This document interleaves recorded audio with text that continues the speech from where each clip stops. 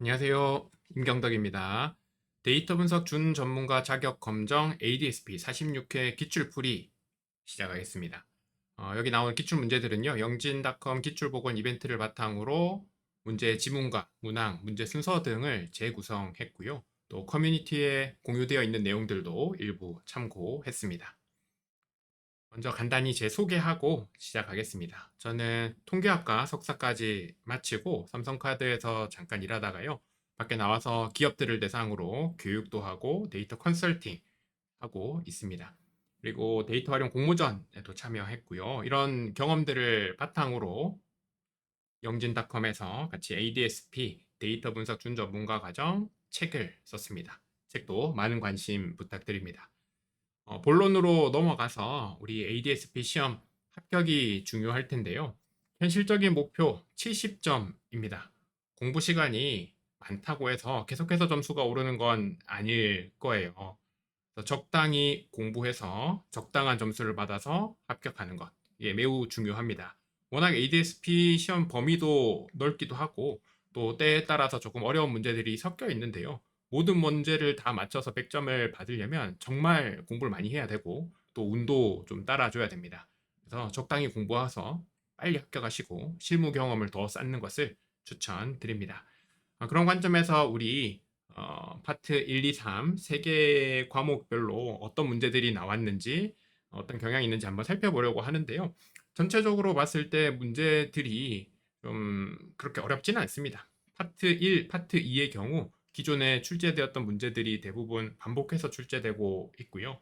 특히 한 절반 정도는 공부를 하지 않아도 알 수 있고 나머지 절반 문제 정도는 우리가 기출 문제들만 잘 파악하셨으면 한번 풀어봤다라고 해보면 충분히 맞힐 수 있는 문제들이 출제되고 있습니다.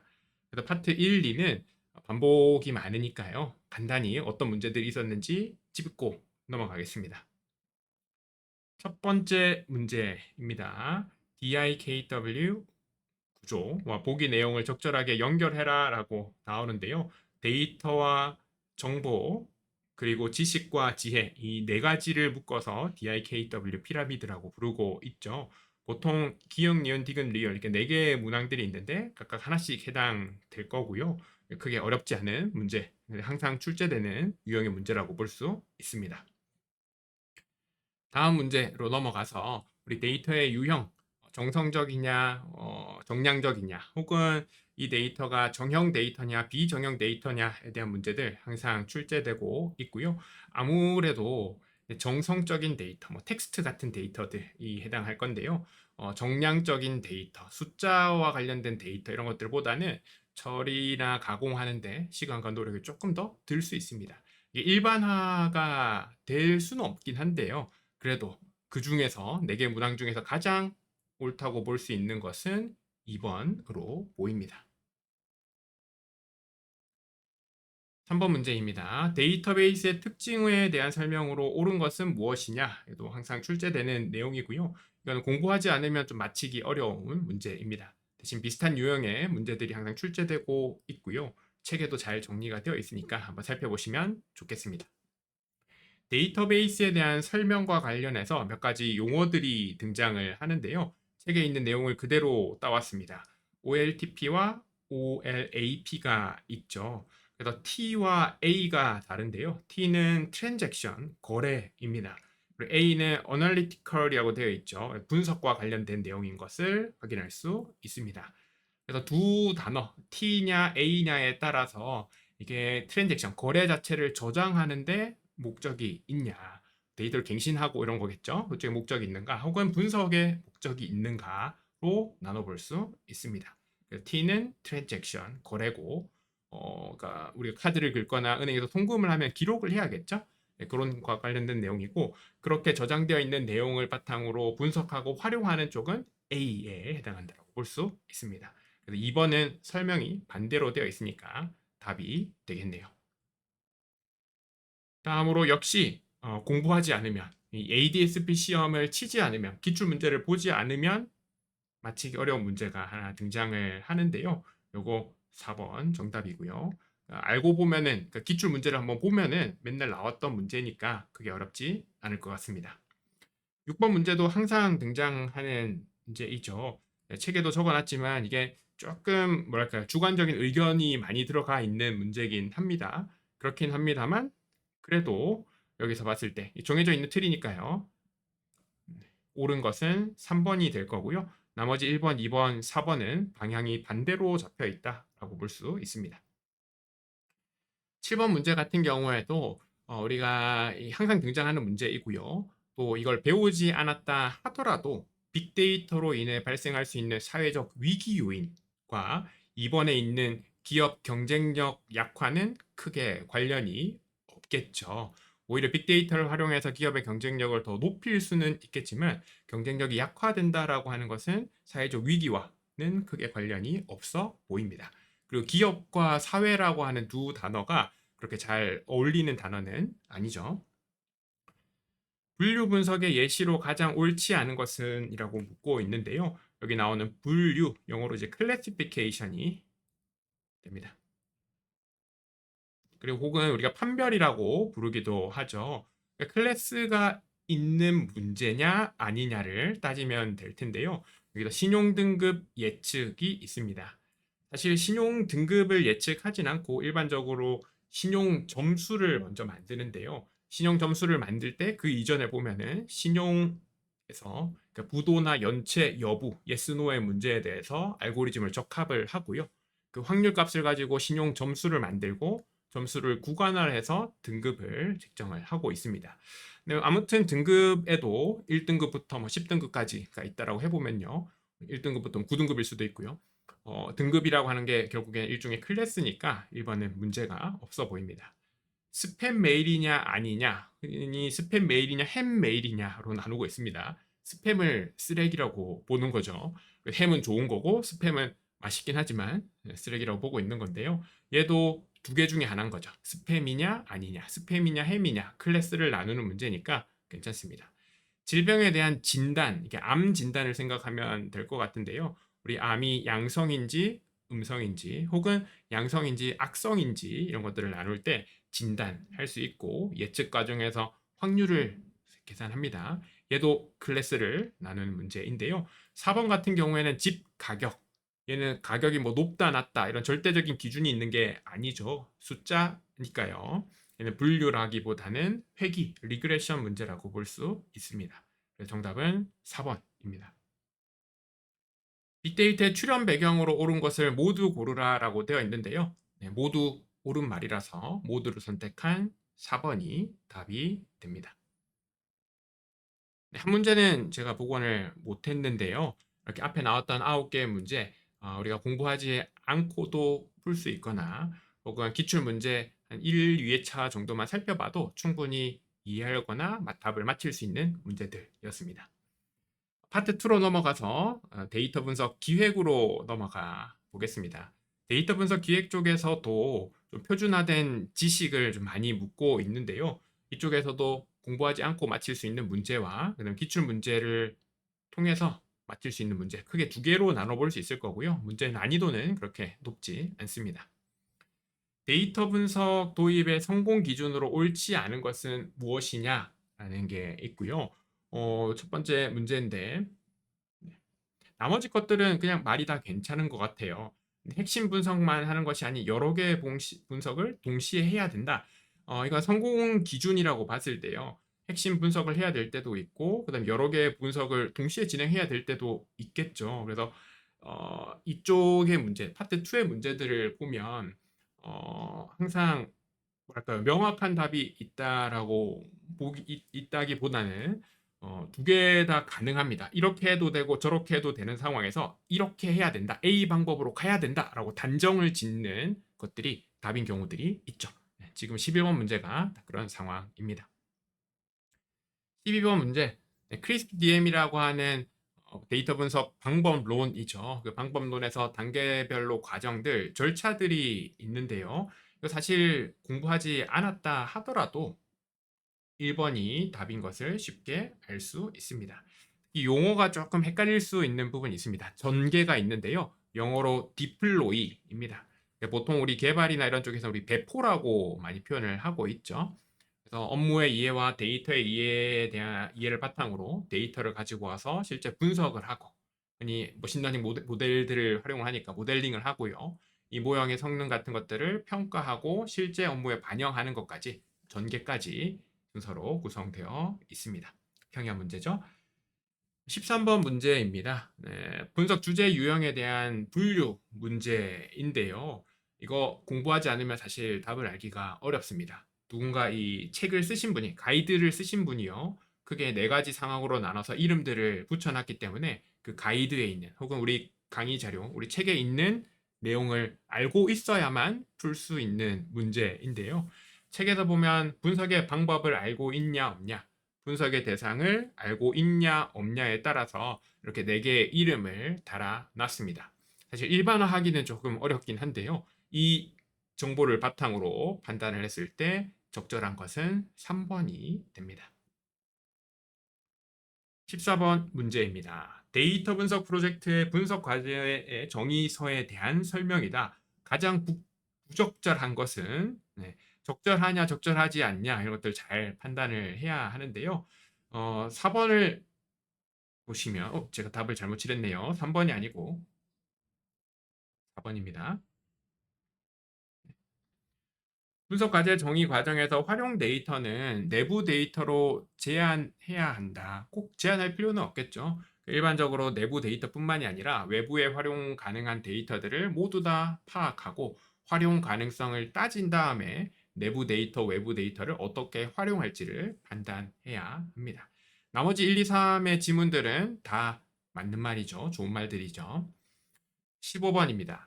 분석 프로젝트 관리 측면에서 설명에 해당하는 지표가 올바르게 연결된 것은 이라고 되어 있는데요. 요거 제가 쓴 책에서 따로 한번 언급한 적이 있는 내용입니다. 우리가 파트 3로 넘어가 보면은 분류 모형, 그러니까 관심 있는 변수가 범주형인 경우에서 정확도라든가 정밀도, F1 스코어 같은 것들이 등장을 하는데요. 여기 파트 2에서 등장하는 정확도와 정밀도는요, 그것과 상관없는 또 별개의 이야기입니다.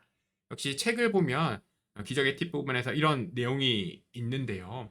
첫 번째 왼쪽 위에 있는 내용을 보시면 낮은 정확도와 낮은 정밀도가 있고요. 여기서 하나 오른쪽으로 가보면 정확도는 낮은데 정밀도는 높다라고 되어 있습니다. 사실 여기 첫 번째 거에서 그림이 조금 더 한쪽으로 좀 치우쳐져 있어야 되긴 합니다. 이렇게 빨간 점들이 이렇게 있다고 칠게요. 그래서 정밀도라고 하는 건 어떤 거냐면 아래쪽에 있는 애들을 보시면요. 정밀도라고 하는 거는 얼마나 자기들끼리 모여 있냐, 흩어져 있냐의 문제입니다. 여기 왼쪽에 있는 지문에서 나오는 걸 봤을 때는요. 분산이 크면, 서로 많이 흩어져 있으면 정밀도가 낮다라고 보는 거죠. 정확도는 조금 다릅니다. 우리가 목표한 지점, 타겟 지점이 여기 중심이라고 봤을 때요.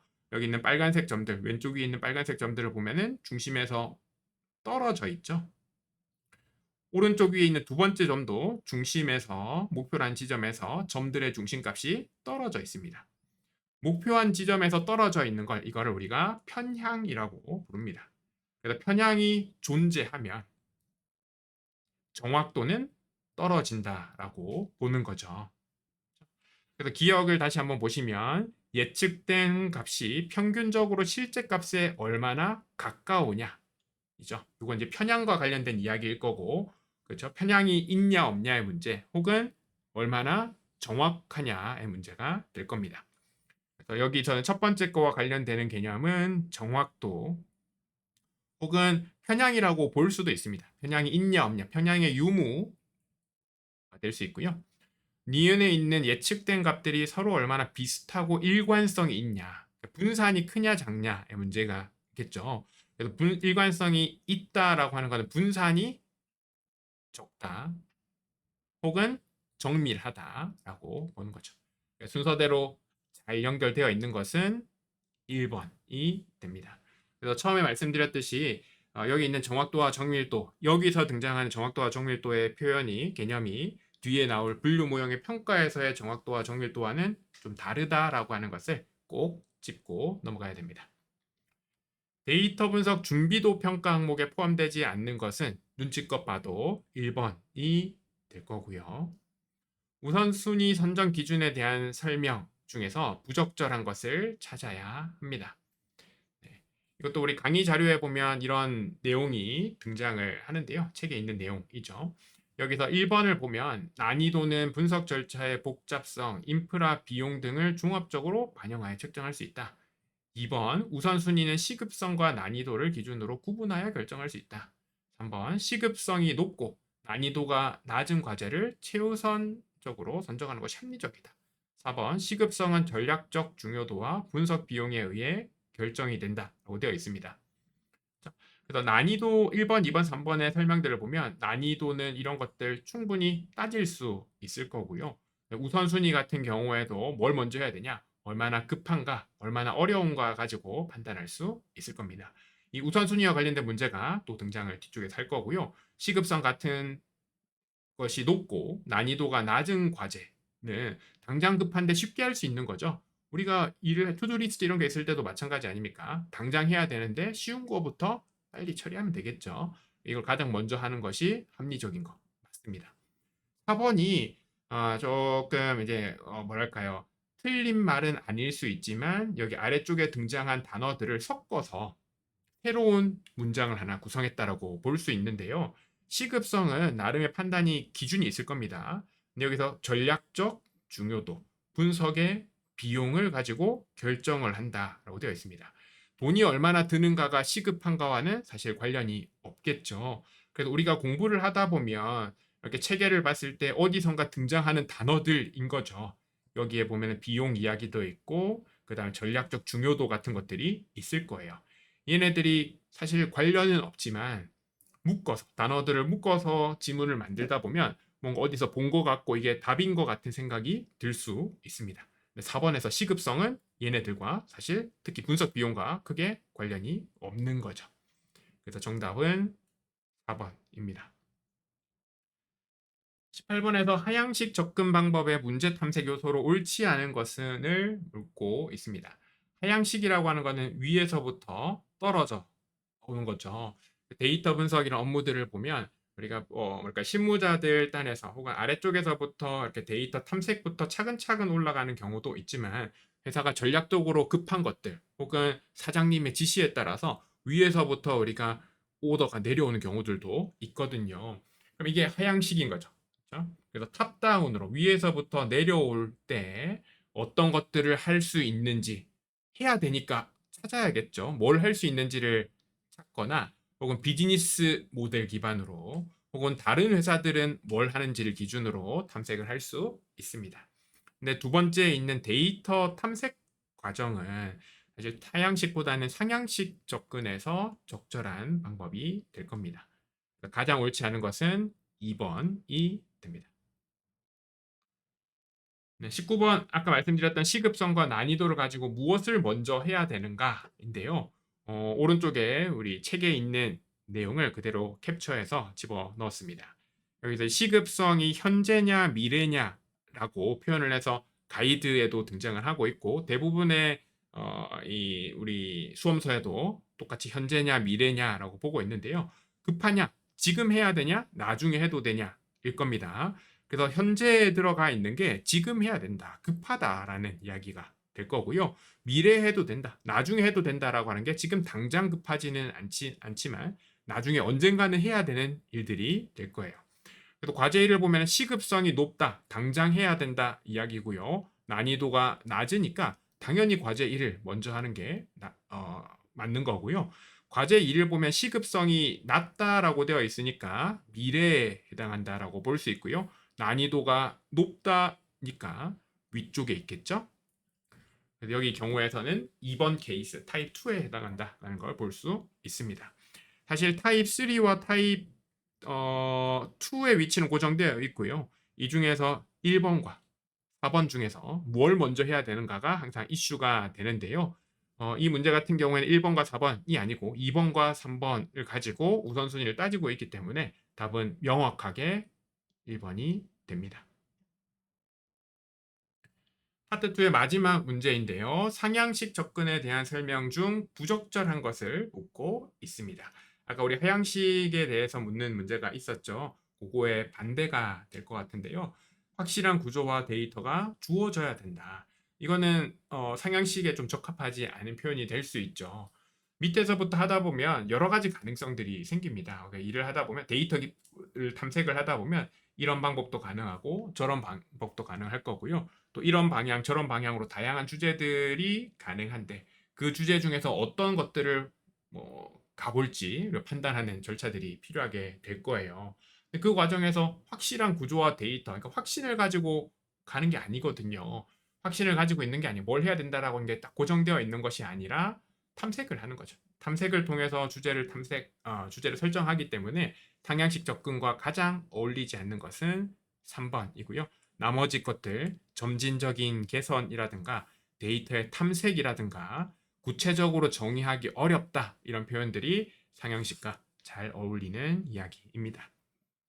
네, 이렇게 우리 파트 2까지 같이 살펴봤는데요. 20개 문제들을 봤을 때 사실 조금 꼼꼼히 공부를 하셨다라고 해보면 틀릴 문제가 많지는 않습니다. 그래서 파트 1과 파트 2를 봤을 때 사실 8개나 9개 문제 정도씩은 맞췄어야 될 것 같아요. 그럼 합해보면은 여기 2개를 해서 한 16개, 많으면 18개까지 정답을 맞췄다라고 치고요. 우리의 목표 점수 몇 점입니까? 70점입니다. 그럼 50개 문제 중에서 35개를 맞춰야 돼요. 위에 거랑 대조를 해보면 파트 3에서 50개, 아니, 죄송합니다. 30개 문제가 있을 건데요. 여기서 17개에서 19개 정도를 맞힌다라고 생각을 해보면 70점이 나올 거고요. 실제 커트라인은 60점이니까요. 거의 반 정도만 맞춰도 합격하는 데는 문제가 없습니다. 사실 파트 3 이제 넘어갈 텐데 파트 3의 문제들을 보면 항상 논란이 되고 이슈가 되는 문제들이 생깁니다. 이유는 여러 가지가 있습니다. 우리가 이 시험의 출제위원이 고정적이지 않을 거란 말이죠. 상황에 따라서 출제위원들이 바뀔 수 있습니다. 출제위원의 성향에 따라서 새로운 유형의 문제가 등장을 하면서 좀 혼란이 생길 수 있고요. 여러분 출제를 하다 보면 출제 오류 같은 것들이 발생할 수도 있습니다. 그래서 문제가 되거나 하는 그 이슈가 되는 문제들, 문항들을 한번 나중에 좀 취합을 해서 좀 파악을 하다 보면 조금 표현이라든가 개념 같은 것들이 뒤섞여 있거나 오류, 문항 출제 오류에 가까운 것들도 보이거든요. 그런 문제들은 너무 고민하지 마시고 너무 다툴 필요도 없고요. 그냥 속 시원하게 틀려도 합격하는 데는 큰 문제가 없습니다. 지금부터 이제 30개의 문제들이 등장을 할 건데요. 여기도 쉬운 문제들이 있고 조금 어려운 문제들이 있는데 쉬운 문제들은 그냥 가볍게 넘어가고요. 어려운 문제들 중심으로 조금 더 설명을 드리겠습니다. 물 한 모금 먹고 가겠습니다.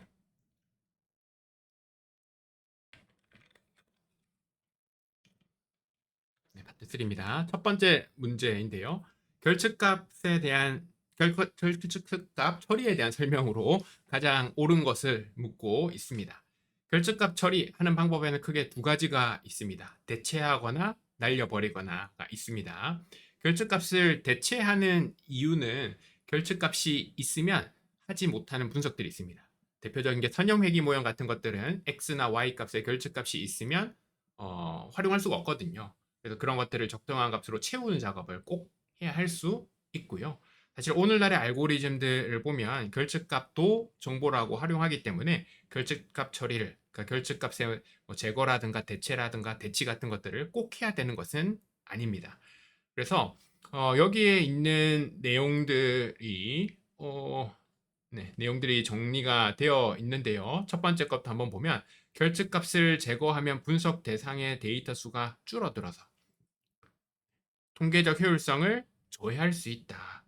그렇죠? 그다음 데이터 양이 충분하지 않은 경우에는 결측값 제거보다 결측값 대체 방법이 더 유용할 수 있다. 그다음 결측값 대체를 수행하면은 모델 성능이 항상 향상되는 것은 아니고 잘못된 대체는 오히려 편향을 유발할 수 있다. 결측값 대체를 사용하는 주요 목적 중에 하나는 분석에 사용할 데이터의 수를 유지하여 정보 손실을 최소화하기 위함이다. 여기 되어 있습니다. 제가 문항 복원을 잘못했네요. 모두 다 맞는 말입니다. 여기서 결측값을 제거를 한다고 해서 어, 무조건 성능이 개선되거나 결측값 대체를 한다고 해서 무조건 성능이 개선되는 것은 아니고요. 항상 문제가 있습니다. 네, 그럼에도 불구하고 결측값 대체를 하려고 하는 것은 여기 있는 4번의 목적이 있는 거고요. 그 다른 커뮤니티 같은 것들을 봤을 때 정답이 원래 3번의 문항들이 좀 잘못된 것들이 들어와 있어야 되는데 제가 복원을 하다 보니 실수로 모두 다 적절한 것으로 대체를 해놓은 것 같습니다. 지금은 모두 다 정답이고요. 원래는 1, 2, 3번에는 잘못된 내용들, 여기 있는 내용들의 반대의 내용들이 들어와 있었을 겁니다. 22번입니다. 데이터 분포의 중앙 50%의 퍼짐 정도를 나타내는 통계량은 무엇이냐? 이게 아주 기본적인 통계량에서요. 삼포 측도라고 하는 게 있습니다. 얼마나 관측치들이, 얼마나 데이터들이 흩어져 있는가인데요. 우리 분산이라든가 표준 편차 있죠. 이거 말고도 범위가 있습니다. 범위는 최대값에서 최소값을 뺀 것이고요. 데이터가 얼마나 긴 구간에 흩어져 있는가를 의미를 합니다. 근데 이 범위 말고 그 아래쪽에 보면 사분위 범위라고 하는 게 책에 정리가 되어 있는데요. 위에 있는 문제의 표현과 정확하게 똑같죠? 네. 사분위 범위는 인터쿼타일 레인지라고 해서 IQR이라고 부르고요. Q3에서 Q1을 빼서 계산을 합니다. 이 사분위 범위에다가 적당한 값을 곱해가지고 이상치 탐지에도 활용을 하고 있죠. 그래서 정답은 4번입니다. 다음 문제입니다. 23번이고요. xy의 값을 가지고 두 변수의 공분산을 계산을 해야 합니다. 아주 기본적인 통계량을 계산을 해야 되는데요. 우리 공분산의 수식을 생각을 해보면 모든 관측치 1부터 n까지에 대해서 x 값에서 x의 평균을 빼고요. y의 값에서 y의 평균을 뺀 다음에 두 개를 곱합니다. 중요한 거는 i 서로 짝이 맞아야 된다는 거고요. 이거를 n-1로 나눠주면 공분산이 되는 거죠. 첫 번째로 우리가 해야 되는 거는 각각의 x, y에서 평균을 계산을 해야 되는데요. x의 평균은 3이고 y의 평균은 5입니다. 계산을 쉽게 하기 위해서 숫자를 이렇게 구성을 한 것 같아요. 그럼 각각의 관측치에서 x는 x의 평균을, y는 y의 평균을 한번 빼보면요. 마이너스 2, 마이너스 1, 0, 1, 2가 되고 여기는 마이너스 3, 마이너스 1, 0, 1, 3이 되겠죠. 그런 다음에 어떻게 합니까? 같은 위치, i가 같은 것끼리 n이 5죠. 5개의 관측치가 있는데 여기에 같은 위치에 있는 것끼리 곱하기를 해서 다 더해야 됩니다. 곱해보면 6, 1, 0, 1, 6이 나올 거고요. 시그마가 있었으니까 다 더해야겠죠? 그러면 14가 나오고 이거를 관측치 빼기 1로 나눠야 됩니다. 4로 나눠보면 5 빼기 1이죠. 그렇죠? 4로 나눠보면은 2, 7이고 3.5가 계산이 되는 거죠. 3번이 정답이네요. 24번입니다. 기대값을 계산하는 문제인데요. 기대값을 계산하는 수식들 있고요. 굳이 그 수식을 보지 않아도 x가 1일 확률이 40%래요. 두 개를 곱할 수 있습니다. 0.4가 나오고 또 두 개를 곱하면 0.6. x가 3일 확률이 20%니까 0.1을 곱해보면 0.6. 4와 0.1을 곱해보면 0.4니까 다 더하면 얼마가 됩니까? 2가 되죠. 그래서 기대값은 2다. 거고요. 다음 문제로 가보겠습니다. 표본 추출과 추정과 뭐 검정의 이런 개념들 참 어려운 개념인데요. 사실 이거 공부하려고 하면 시간이 많이 걸립니다. 제가 추천드리는 것은 이런 문제는 하나 정도 틀려도 큰 문제는 안 된다라는 거죠. 사실 여기에서 제가 이 문제가 좀 이슈가 있는 것들을 좀 봤는데요. 이 체중이라고 하는 것을 뭘로 볼 것이냐에 따라 좀 다릅니다. 체중이라고 하는 거, 누군가의 어떤 그룹의 체중을 보통 X라고 하면요. 이 X는 확률 변수가 됩니다. 달라질 수 있는 값인 거예요. 그렇죠? 근데 앞쪽에 보면은 30명의 표본이라고 하는 게 나오는데 얘는 실제 데이터가 30개가 있는 데이터가 될 겁니다. 근데 제가 우리 ADSP 책에도 써놓은 것처럼 가이드도 그렇고 다른 책들도 그렇고요. 이 데이터와 확률 변수에 대한 표현, 노테이션을 뒤죽박죽으로 섞어서 쓰고 있습니다. 그래서 우리가 이런 문제가 등장을 했을 때 혼란이 오고 또 문제 자체의 오류 가능성이 있는데요. 보통 일반적으로 확률 변수와 데이터를 같은 문제에서 같은 위치에서 써야 될 때 데이터도 큰 대문자 X로 쓰면 헷갈리거든요. 그래서 데이터를 보통 소문자 X로 표현하는 경우들이 많습니다. 이 표현이 왜 문제가 될 수 있냐면 아래쪽으로 내려가 보면 3번 문제를 보시면 체중의 기대값 EX가 있습니다. 얘를 모수라고 판단할 수 있다라는 이야기가 나오는데요. 여기에 들어가 있는 이 X가 확률 변수를 말하는 것인지 혹은 데이터를 말하는 것인지가 애매할 수 있다라는 거죠. 일단 1번부터 한번 보겠습니다. 표본의 크기가 32분으로 모집단의 체중 분포는 정규 분포를 따른다고 가정을 할 수 있다라고 되어 있는데요. 이거는 틀린 말이죠. 표본의 크기가 몇 개 이상일 때 정규 분포를 따른다고 가정하는 이야기는 중심극한 정리에 따라서요. 데이터의 평균값이 정규 분포를 따른다고 가정을 하게 됩니다. 그래서 모집단이 아닌 거예요. 모집단의 체중 분포가 아니고 우리가 계산한 데이터에서 평균값의 분포에 대해서 정규 분포를 가정하게 됩니다. 그래서 옳지 않은 것 일단 1번이고요. 복수 정답의 가능성이 있으니까 밑에 있는 문제들도 보겠습니다. 2번으로 가서 표본 표준 편차를 이용해서 모 표준 편차를 추정할 수 있다라고 되어 있는데요. 이게 일반적인 추정의 개념인 거죠. 데이터로부터 계산한 표준 편차로 모집단에 있는 파라미터, 모수라고 부르는 표준 편차를 추정할 수 있습니다. 네. 그리고 표현을 할 때 데이터로 계산을 하는 애들은 되게 소문자로 많이 표현을 하고요. 여기 있는 모 표준 편차 이런 파라미터들을 그리스어를 써가지고 시그마 이렇게 표현을 하죠. 그래서 S를 계산을 해서 시그마를 추정할 수 있죠. 4번을 먼저 볼까요? 구간 추정을 위해서는 먼저 점 추정이 필요하다라고 나오는데요. 되게 맞는 말입니다. 우리가 구간 추정이라고 하는 건 결국엔 어떤 범위를 잡아서 이 범위 안에 있을 확률이, 이 범위 안에 들어올 확률이 뭐 95%다, 99%다 이런 작업들 구간 추정하게 되는데요. 그러면 중심이 필요합니다. 어떤 특정한 값을 기준으로 양쪽이든 한쪽이든 범위를 벌려가지고 이런 확률 구간을 만들게 되거든요. 그래서 중심을 잡기 위해서 먼저 점 추정을 한 다음에 구간 추정을 하는 것이 일반적입니다. 그래서 2번과 4번은 확실히 맞는 표현인 것 같아요. 이슈가 되는 거는 아까 말씀드렸던 3번인데요. 체중의 기대값을 모수라고 판단할 수 있다라고 하는 게 이게 실제 문제에서 어떻게 표현이 되어 있는가에 따라 좀 다를 것 같습니다. 근데 여기 들어가 있는 x가 만약에 확률 변수 x 체중이라고 하는 무언가 달라질 수 있는 우리가 알지 못하지만 무언가 달라질 수 있는 확률 변수의 개념이라고 본다라고 해보면요. 이거는 이 x는 뮤다 라고 하는 거는 확률 변수에 대한 정의로서 적합한 이야기거든요. 그럼 이것만 보시면 이 x는 뮤죠. 일치한다. 같다라는 거죠. 체중의 기대값 EX가 모수라고 볼 수 있다.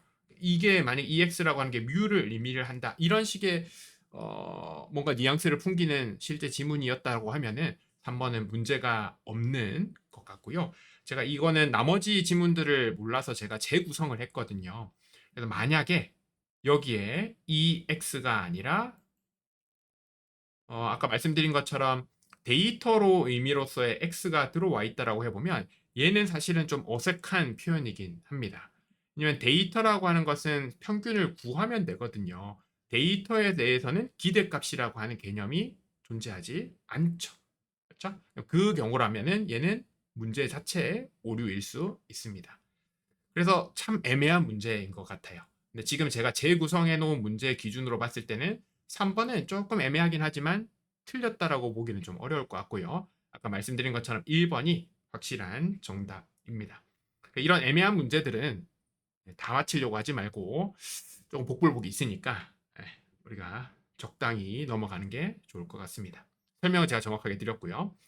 유의 확률에 대한 문제들이 또 등장을 합니다. 제가 원래 실제 문제들 출제되는 것을 좀 순서를 좀 바꿔서 비슷한 애들을 좀 묶어놨는데요. 이런 추정과 검정의 관점에서 p-value, 유의 확률에 대한 것이 항상 등장을 하고 있죠. 이 중에서 틀린 것은 p-value가 유의 수준 알파보다 작으면 대립가설을 기각하는 게 아니라 귀무가설 h0를 기각하게 되죠. 네. 자주 출제되는 문제니까 혹시 생소한 개념이면 기출 문제들을 한번 더 살펴보시는 걸 추천드립니다. T 검정 1표본 T 검정 결과에 대한 설명으로 옳지 않은 것을 선택하라고 하네요. 원래 아마도 조금 더 복잡한 결과들이 있었을 것 같은데 역시 제가 문제를 재구성을 해봤습니다. T-밸류가 0.006이고요. 자유도가 999, 표본 평균이 우리 70점을 생각을 해서 70.5라고 하겠습니다. 유의 수준 5%, 뭐 유의 수준 0.05가 있다라고 해보면 p 밸류가 0.05보다 작죠. 그러면 기무가설 H0를 기각합니다. 네. 혹은 뭐 H1을 채택한다 이런 이야기를 할 수도 있을 거예요. 그래서 1번이 틀린 말이 될 겁니다.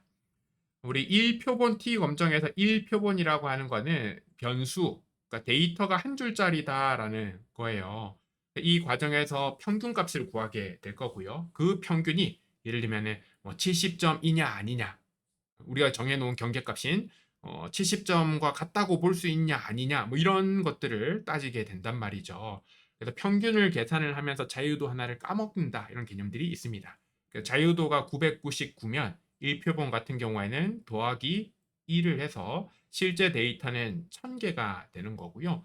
만약에 이 문제가 1표본이 아니라 2표본 T 검정이라든가 이런 상황이면, 혹은 그 상관계수에 대한 검정도 T 분포를 활용하죠. 그때는 데이터가 몇 줄이 있습니까? 두 줄이 있죠. 네. 두 줄 있으면 평균을 두 개를 계산을 해야 되거든요. 그럼 자유도를 두 개를 까먹습니다. 그래서 만약 그런 경우였다고 해보면 더하기 2를 해서 1001개의 관측치가 있다라고 보는 거예요. 그래서 1표본이냐 2표본이냐, 데이터가 한 줄이냐 두 줄이냐에 따라서 자유도에다가 얼마를 더할지를 고민하시면 됩니다. 표본 평균이 T 분포를 따른다라고 당연히 가정을 하고 가는 거고요. T 분포도 그렇고 카이 제곱 분포도 그렇고 F 분포도 그렇고 다 정규 분포에서 파생된 애들입니다. 정규 분포의 예를 들면 자손들이라고 볼 수 있거든요. 그래서 어떤 확률 변수가 정규 분포를 따른다라는 가정이 항상 필요합니다. 그래서 정규 분포를 따르는지 따르지 않는지를 따지는 통계 검정이 따로 있죠. 다음 문제로 가서 상관 분석에 대한 설명 혹은 상관계수에 대한 설명으로 옳지 않은 것을 묻는데요. 어려운 표현들이 등장할 수 있습니다. 특히 이제 스피어만 상관계수 같은 경우에는 피어슨 상관계수랑 다르게, 피어슨 상관계수는 대개 이런 타원의 형태의 점의 패턴에 대해서 마이너스 1부터 1 사이의 값으로 숫자를 계산을 하죠. 근데 스피어만 상관계수는 이런 직선적인 관계 말고 예를 들면 뭐 곡선과 관련된 이런 것들에 대해서 뭔가 조금 더 관계를 잘 설명을 해준다라는 건데요. 이 피어슨 상관계수가 완전히 1이 나오려면 점의 패턴이 완전한 직선의 형태여야 돼요. 근데 여기 아래쪽에 있는 제가 그려놓은 이 그림을 보시면 완벽한 직선의 관계가 아니죠. 그럼 여기에다가 일종의 추세선을 이렇게 살짝 걷는 느낌으로 생각을 해보면 완전히 직선이 아니니까 피어슨 상관계수는 1보다는 작게 나오거든요. 근데 스피어만 상관계수의 이 단조 관계라고 하는 게 어떤 거냐면, 얘가 완벽한 직선의 관계는 아니지만 x가 커지면 y도 큰 값을 가지거든요. 그래서 x가 예를 들어서 0 이내에 비해서 x 값이 더 큰 애들, 1이든 2든 3이든 x 값이 0보다 더 큰 애가 있으면 걔의 y 값도 x가 0일 때의 값에 비해서 무조건 크다라는 거예요. 근데 그 증가함의 정도가, 직선이라고 하는 거는 계단이 똑같은 높이를 가지고 있다라는 거예요. 근데 여기서는 그렇지 않은 거죠. 아래쪽에서는 x가 커져도 y가 서서히 증가하다가 y가 좀 큰 폭으로 증가하다가 다시 y의 폭이 증가폭이 줄어드는 이런 곡선의 관계에 대해서도 스피어맨의 상관계수를 구해보면은 1이라는 값이 나온다라는 거죠. 그래서 스피어만 상관계수의 뭐 단조라는 모노토닉이라는 표현이 좀 어렵긴 하지만 문제는 없고요. 상관계수에 대해서 통계적인 유의성을 검증하는 것을 보통 상관분석이라고 부르고 있습니다. 상관분석에서는 우리 수식을 보면 x랑 y를 자리를 바꿔도 수식은 동일하거든요. 그래서 여기서는 인풋과 아웃풋의 관계가 없습니다. 그래서 독립변수, 종속변수의 이야기는 말이 안 되는 거죠. 29번으로 가서 두 변수 A, B에 대해서 상관분석 결과를 가지고 이제 해석을 하는 문제인데요. 0.8의 상관계수가 있고 p-밸류가 0.0이다 라고 했을 때요. 양의 선형관계를 갖는다. 피어슨 상관계수 자체가 선형관계에 대한 수치화입니다. 실제로 선형관계가 아닐 수 있죠. 그래서 나머지 문제들을 봤을 때 나머지 것들이 다 말이 안 된다라고 해보면 이게 조금 더 가능성이 있을 것 같아요. 그래서 유의 수준 0.05에서 p-value가 0.02가 유의 수준보다 작으니까 통계적으로 유의하다라고 볼 수 있고요. 상관계수가 양수입니다.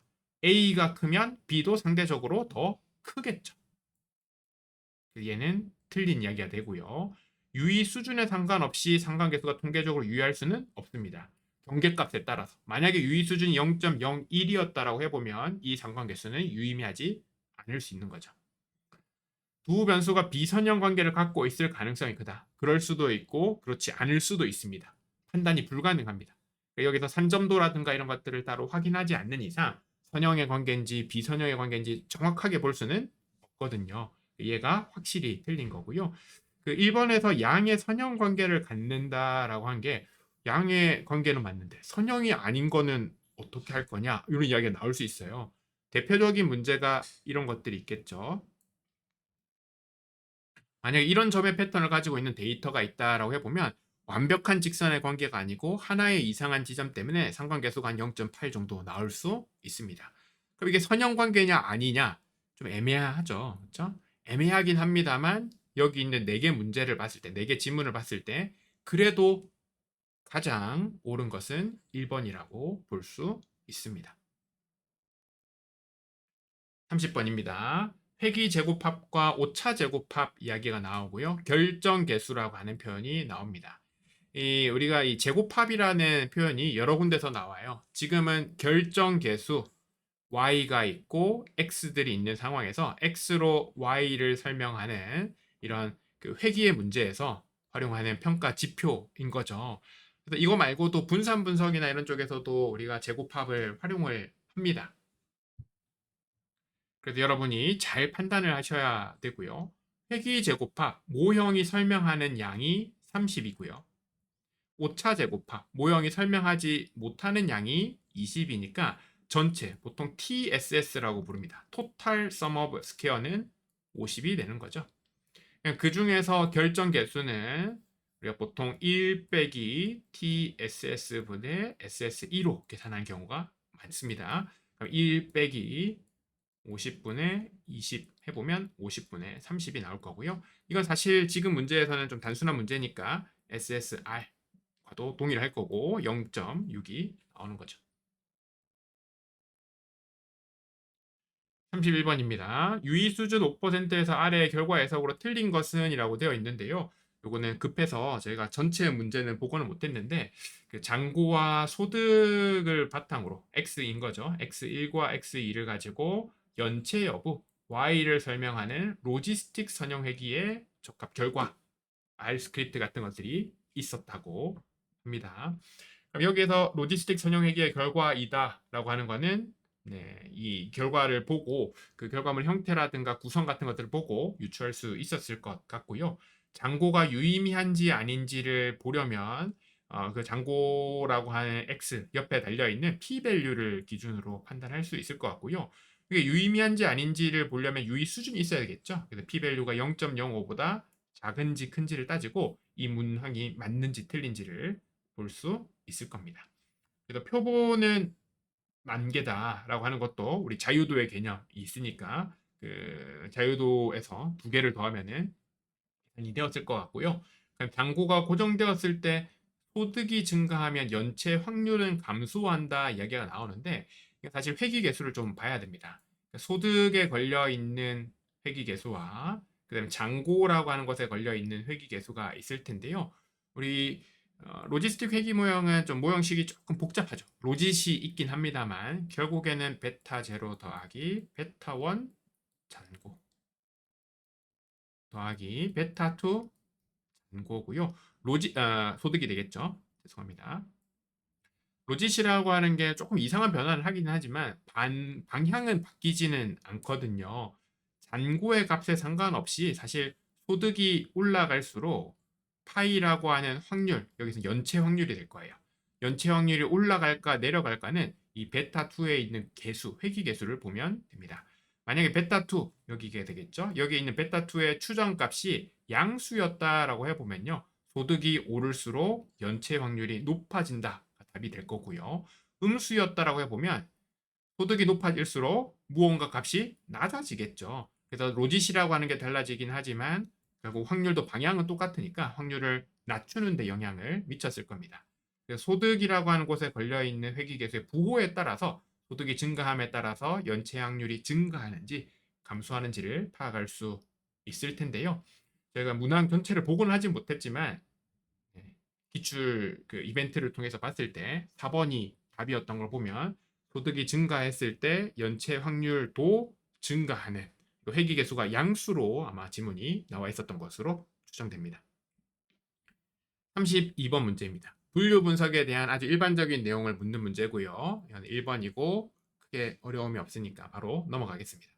3번의 질문이 좀 헷갈릴 수 있는데요. 데이터에서 패턴을 탐색을 하는 거 모든 머신러닝 알고리즘들이 해당합니다. 다중범주 분류 문제에서 주로 활용되는 활성화 함수를 물어봤는데요.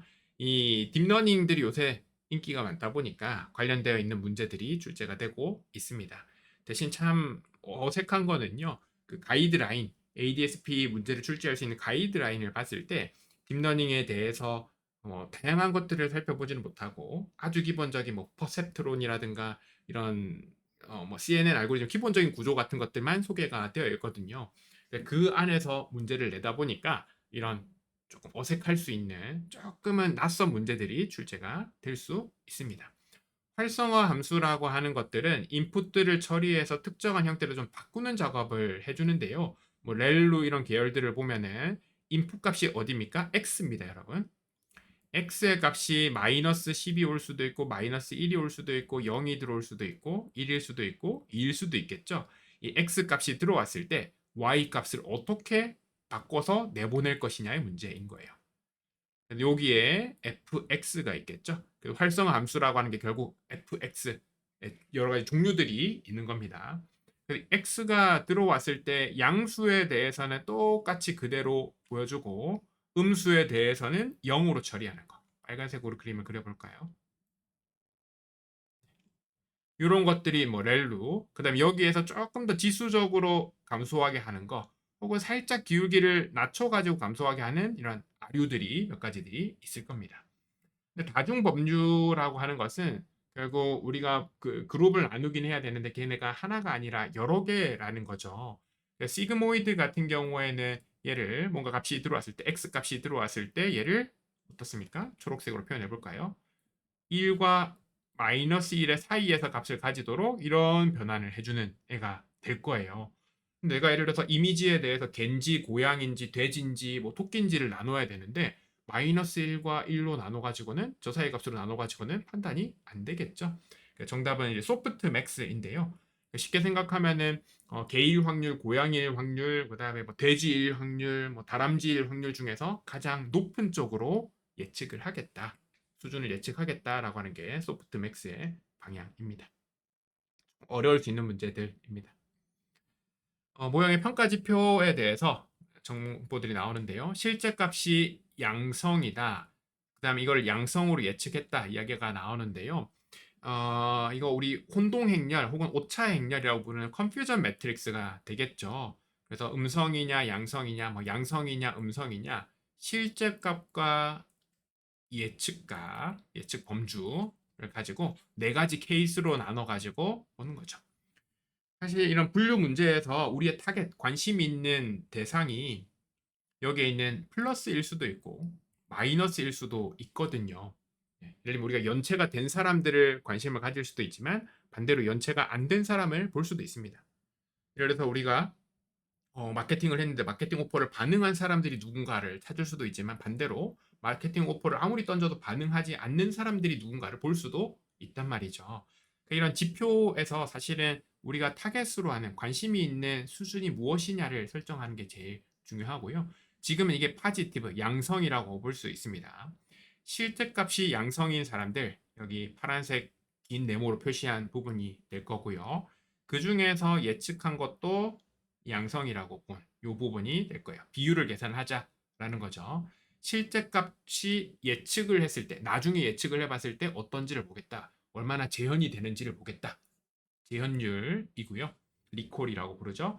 정밀도 같은 경우에는 방향이 반대입니다. 그래도 우리가 예측한 것 중에서 얼마나 실제로 양성이 있냐가 될 거고요. 요거 두 개 우리 조합 평균 계산한 게 F1 스코어가 되겠죠. 이런 평가 지표를 묻는 문제는 알고 나면은 좀 쉬운 문제, 손쉽게 맞힐 수 있는 문제가 됩니다. 35번에서 설명하는 것은 ROC 커브죠. 네, 넘어가고요. 36번에서 그 시계열 자료에서 정상성에 대한 설명을 묻게 되는데요. 사실 정상성은 강한 정상성과 일반적으로 약한 정상성으로 나눌 수 있습니다. 내용이 많아서 저도 책에서 잘 정리를 하지는 못했는데요. 정상성이라고 하는 건 시간에 따라서 분포와 평균과 분산과 공분산 같은 데이터의 특성이 변하지 않는 것을 의미를 합니다. 그래서 이 문제는 약간 강한 정상성, 위에 있는 제가 빨간색 네모친 요거에 대한 설명이라고 볼 수 있습니다.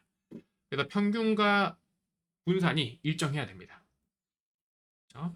시간의 흐름에 따라 변동성이 있다. 있으면 안 됩니다. 바뀌면 안 되는 거고요. 공분산이라고 하는 거는 시차에 의존하지 않고 시점에 의존을 한다라고 되어 있는데요. 여기 아래쪽에 보시면 시차에 의해서 결정이 된다라고 되어 있죠. 여기 글자가 두 개가 바뀌어 있는 상황입니다. 특정한 구간에서 일정한 값을 갖는다라고 하는 거는 지금 주가 데이터를 생각을 해보면 얘가 막 변동을 하다가 특정한 시점에서 아예 움직이지 않는다라는 건데요. 이거는 분산이 이 시점에서 0이다라고 하는 의미가 됩니다. 앞쪽에서는 분산이 있었는데 뒤쪽에서는 분산이 0이다. 정상성을 만족하지 않는 것이 되는 거죠. 그래서 2번, 3번, 4번은 틀린 말이고요. 1번이 답이고 이 문제는 강한 정상성을 묻는 문제입니다.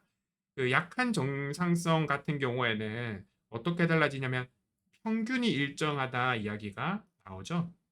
그렇죠? 그리고 분산에 대해서는 분산이 유한하다라고 하는 이야기가 나오고 분산이 뭐랄까요 고정된 값을 가지고 있다라고 보진 않는 거죠. 우리 주가든 유가든 원자재 가격이든 뭐 우리 매출액이든 변동성이 있죠. 그래서 일정한 시기가 있고 예측이 어렵거나 많이 흔들리는 시기가 있을 거예요. 일반적인 시계열 데이터에 대해서 분산까지 일정한 거는 너무나 강한 가정이기 때문에 약한 정상성 가정들이 있습니다. 37번에서 시그모이드 함수의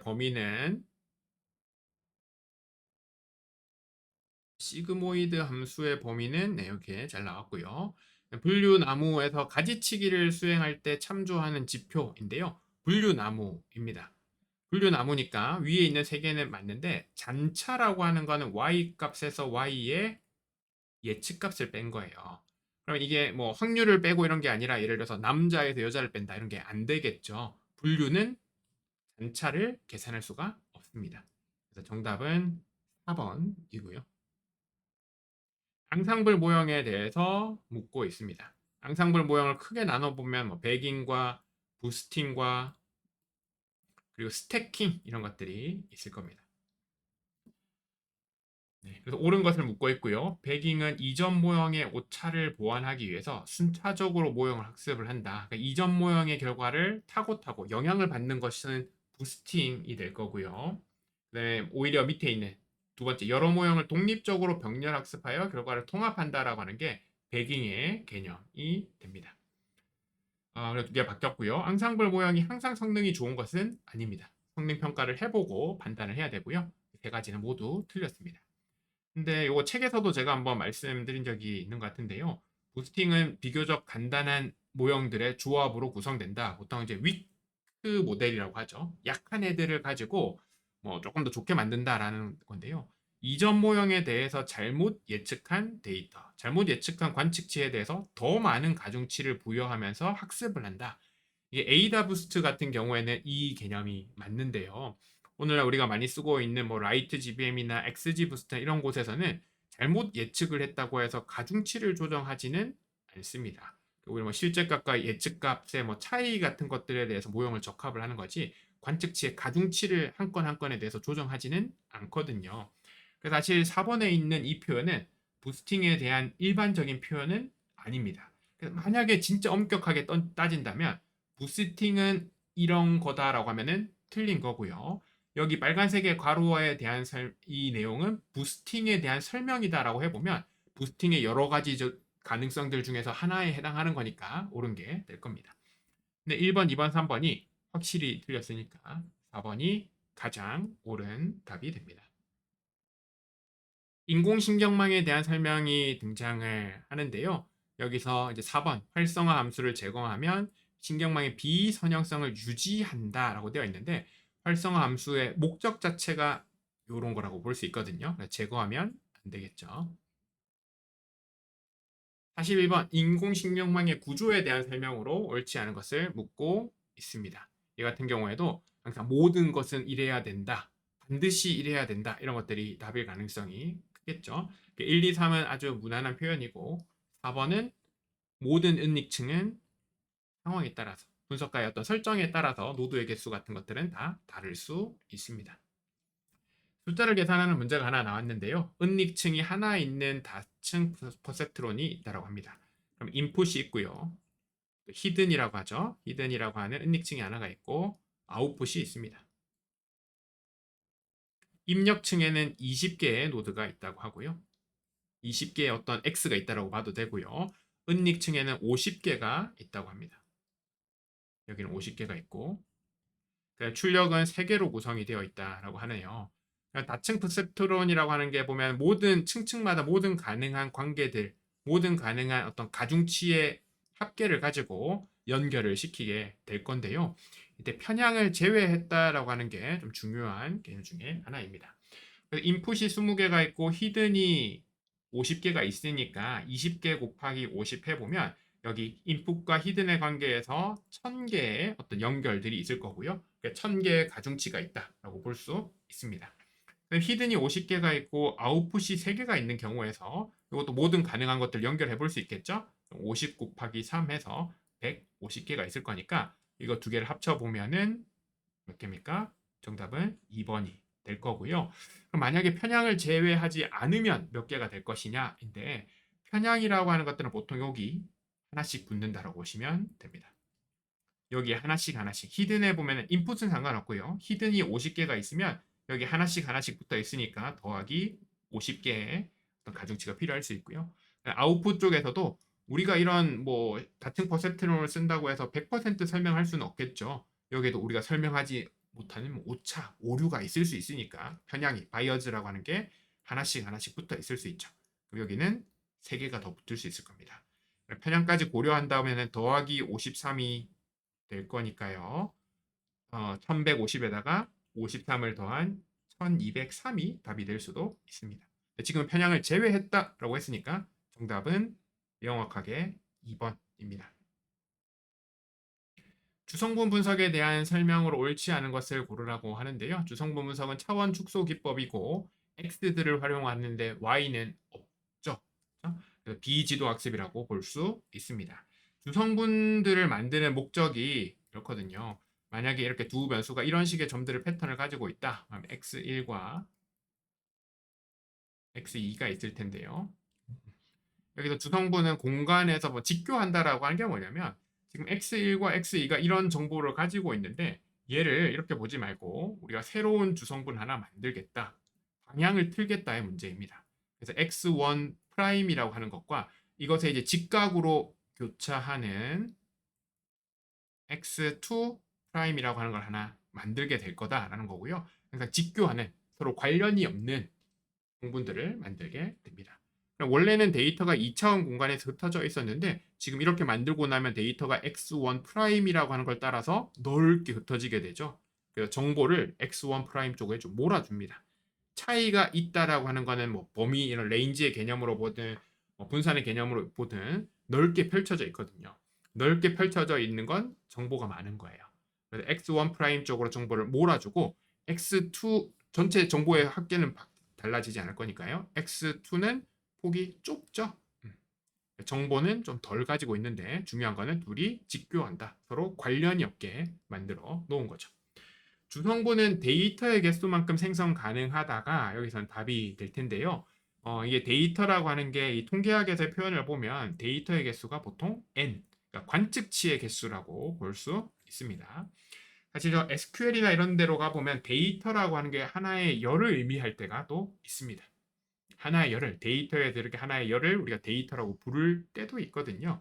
그래서 여기서의 데이터의 개수라고 했을 때 누군가 흔히 말하는 P, 변수의 개수를 떠올려 쓸 수도 있지만, 네, 우리가 이런 가이드라든가 책에서 말하는 표현들이 데이터 개수라고 하는 게 보통 n을 의미를 하기로 암묵적인 동의가 있다 보니까요. 정답은 4번입니다. 44번에서 K 평균 군집파에 대한 설명으로 옳은 것을 묻고 있는데, 이 뒤에 보면은 우리 계층적 군집파가 등장을 합니다. 계층적 군집파는 모든 가능한 관측치 간의 거리를 계산을 해서 거리 행렬이라고 하는 걸 계산을 하게 되는데, 관측치가 많아지면 많아질수록 연산량이 엄청나게 많이 증가합니다. 그래서 예를 들어 데이터가 100만 개가 있다, 관측치가 100만 개가 있다라고 했을 때 100만 개의 모든 가능한 거리 몇 개가 되겠습니까? 100만 곱하기 9999999 나누기 2개만큼 엄청나게 많은 거리를 계산을 해야 되거든요. 이런 문제를 보완하기 위해서 나온 애가 K평균 군집입니다. 알고리즘에 대한 자세한 설명들은 책 같은 것들을 참고하시면 좋을 것 같고요.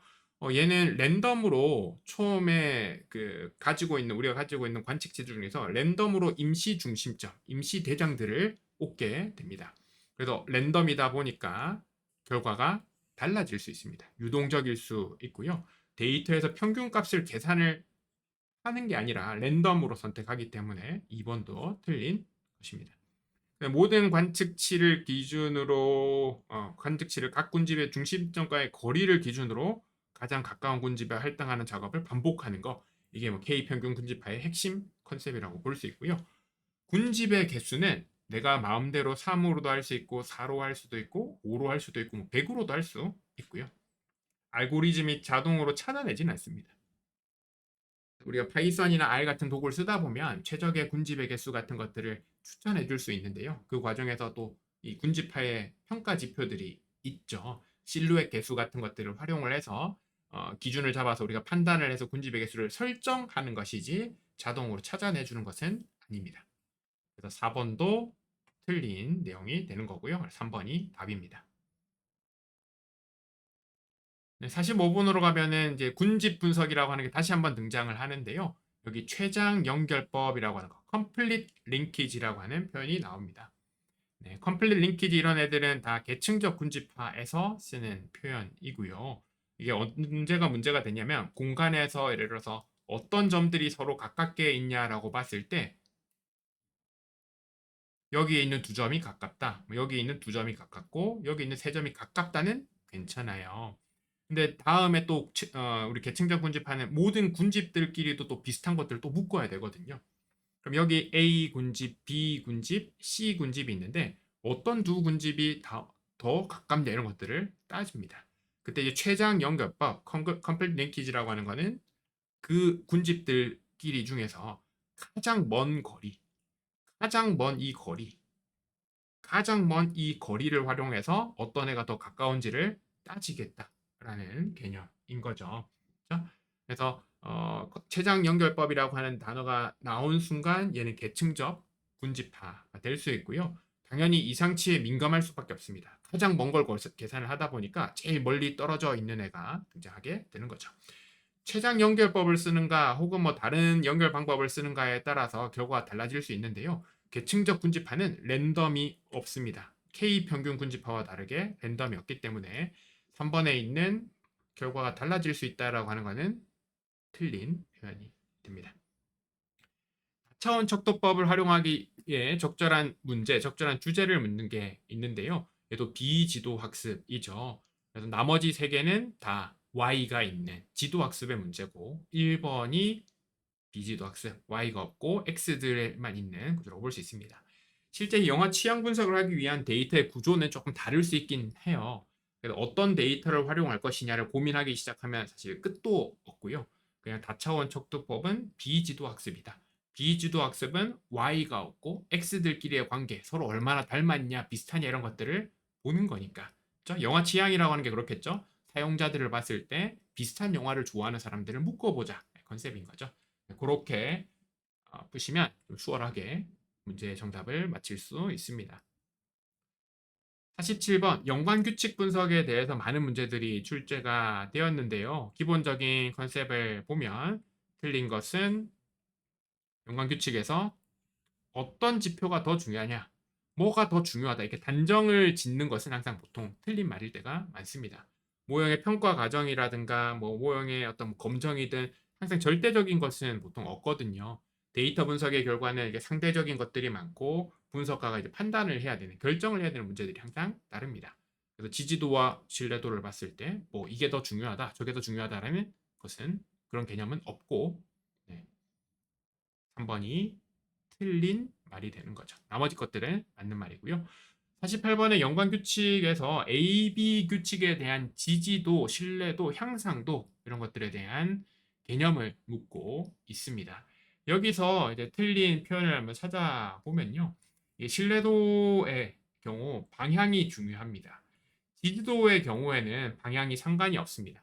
지지도는 A에서 B나 B에서 A나, 그러니까 뭐 기저귀를 사고 맥주를 사는 거나 맥주를 먼저 산 다음에 기저귀를 사는 거나, 그렇죠? 그래서 방향이 상관없는 게 지지도고요. 신뢰도 같은 경우에는 방향이 중요합니다. 기저귀를 산 사람 중에서 맥주도 산 사람의 비율과 맥주를 산 사람 중에서 기저귀도 산 사람의 비율은 다를 수 있는 거죠. 그래서 신뢰도에서는 방향에 따라서 값이 다를 수 있습니다. 향상도라고 하는 거는요, 1이 기준이 됩니다. 향상도에서 1이라고 하는 게 뭐냐면 우리 확률에서 보면 독립이라는 개념이 있죠. 서포트 A, B가 있습니다. 그럼 얘는 A와 B를 동시에 구매한 사람이 있습니다. 만약에 A와 B를 구매할 확률이 서로 독립이다라고 생각을 해보면 두 개가 이렇게 두 개를 동시에 구매할 확률은 그냥 단순히 A를 구매할 확률과 B를 구매할 확률과 그 두 개를 곱한 것과 그냥 똑같을 수 있거든요. 리프트가 1일 때는 독립을 의미를 합니다. 근데 리프트가 1을 기준으로, 향상도가 1을 기준으로 작을 수도 있고 0에 가까울 수도 있고 엄청 큰 값이 나올 수도 있는데요. 0에 가까운 건 어떤 거냐면 일종의 대체제인 거죠. 표현을 할 때 음의 상관이라는 표현을 쓸 수도 있긴 합니다. 틀렸다라고 보기는 조금 어려워요. 음의 상관이라고 하는 게 뭐냐면 우리가 맥주 중에서 테라와 카스가 있다. 그러면 테라의 판매량과 카스의 판매량을 보면 서로 보완의 관계, 대체의 관계가 있겠죠. 그럼 테라를 산 사람이 카스도 살까요? 안 사겠죠. 카스를 산 사람이 테라를 살까요? 안 사겠죠. 둘 중에 하나를 선택을 할 겁니다. 그런 경우에서는 이게 리프트가 0에 가깝게 값이 나오게 되고요. 반대로 뭐 같이 많이 사는 게 있겠죠. 뭐 돼지고기와 삼겹살과 쌈채소가 있다 생각을 해보면 삼겹살을 하는 사람이 쌈채소를 같이 담는 경우가 많겠죠. 그렇죠? 그런 경우에는 리프트가 1보다 크게 나오게 되고요. 이걸 일종의 양의 상관이라고 표현을 할 수도 있습니다.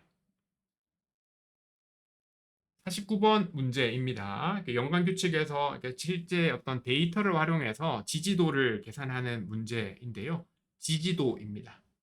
커피, 우유의 지지도, 방향은 상관이 없는 거죠. 그래서 커피와 우유를 함께 담은 사람이 전체 중에서 얼마나 되냐인 거예요. 그래서 거래별 유형 건수 이 문제를 잘 보셔야 되는데요. 예를 들면 커피만 산 사람이 100명 있고 우유만 산 사람이 100명, 녹차만 산 사람이 100명씩 있고요. 두 개를 같이 산 사람이 각각, 세 개를 산 사람이 또 각각 몇 명씩 있는지, 몇 건씩 있는지 정리가 되어 있습니다. 그럼 먼저 전체 건수를 계산을 해야 되거든요. 그러니까 위에 있는 거 300개, 여기에 뭐 500개, 이거 200개니까 계산하기 편하게 전체 건수가 1000건이네요. 1000건 중에서 커피와 우유를 함께 담은 사람이 얼만큼이냐를 찾아야 되는데요. 먼저 커피와 우유 담은 거 250명 있고요. 커피와 우유와 녹차를 담은 요 거래에도 커피와 우유가 함께 담겨 있죠. 두 개를 합하면 300이 됩니다. 그래서 1000분의 300에서 정답은 0.3이 되는 거고요. 마지막 문제입니다. A 프라이어리 알고리즘이 등장을 또 하고요. 여기서도 보면 뭐 최소 지지도라고 하는 개념이 나오는데 이건 또 보면 숫자가 2로 나온단 말이죠. 우리가 앞에서 배운 지지도의 개념은 비율의 문제였습니다. 전체 건 중에서 해당하는 건의 어떤 비율의 문제가 나왔고, 그럼 지지도는 사실 0부터 1 사이의 값으로 나와야 되는 게 맞거든요. 또 A 프라이어리라고 하는 알고리즘에서는 최소 지지도라고 하는 게 건수를 또 의미를 하고 있습니다.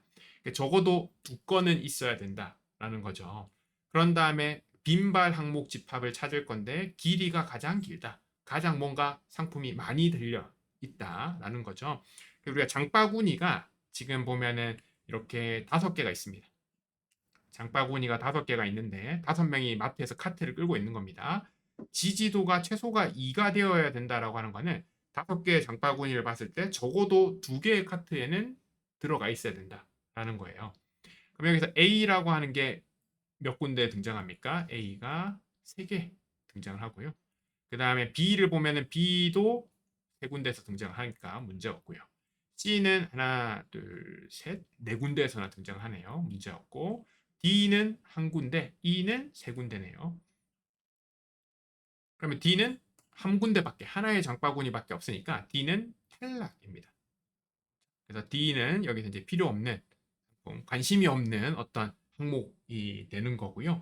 2개씩을 봤을 때도 이게 최소 지지도가 중요하거든요. 그래서 2개씩 들어가 있는 거, A, C가 몇 군데에 들어가 있냐? 여기 하나, 여기 하나가 있겠죠. 자, 이런 식으로 우리가 그 조합을 봤을 때 이 같이 들어가 있는 조합이 몇 번씩 들어가 있는지를 찾으면 됩니다. 그래서 사실 여기서 가장 길이가 긴 거를 생각을 해보면 요거죠.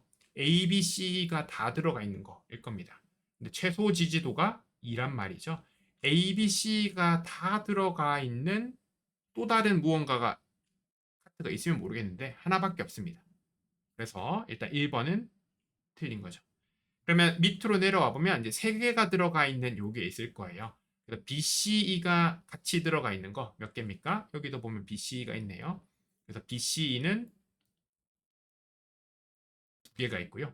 그 다음에 또 다른 우승 후보인 ABD가 있는데 ABD가 또 어디 들어가 있는 곳 없죠? 그래서 ABD는 한 곳에밖에 없어요. 그래서 가장 그 2번 이상 들어가 있으면서 가장 길이가 긴 거, 가장 항목이 많은 거는 BC이니까 정답은 4번이 됩니다. 네, 이렇게 해서 우리 ADSP 46회에 대해서 50개 문제에 대해서 전체적으로 다 한번 살펴봤는데요. 다시 한번 말씀드리지만 이 문제는 저희가 뭐 시험에 있는 내용 그대로 가져온 게 아니고 다 각색한 내용들입니다. 일부 오류가 있을 수 있고요. 틀린 부분이 있을 수 있고 또 제가 설명을 하다 보면 저도 사람인지라 또 틀린 설명이 있을 수도 있는데요. 그런 부분들은 좀 양해를 부탁드리고 또 피드백을 주시면 좋겠습니다. 이 영상을 보고 계신 분들은 사실 46회를 시험을 치셨던 분들보다는 47회라든가 그 이후의 과정을, 그 이후의 시험을 준비하고 계신 분들일 것 같습니다. 원래 본인이 공부하셨던 내용들이 있을 테니까요. 그걸 바탕으로 이 문제들을 봤을 때 내가 몇 문제나 맞힐 수 있을지 한번 고민을 해보시고 카운트를 한번 해보시고요. 말씀드렸듯이 모든 문제를 다 맞히기가 참 어렵습니다. 쉽지 않습니다.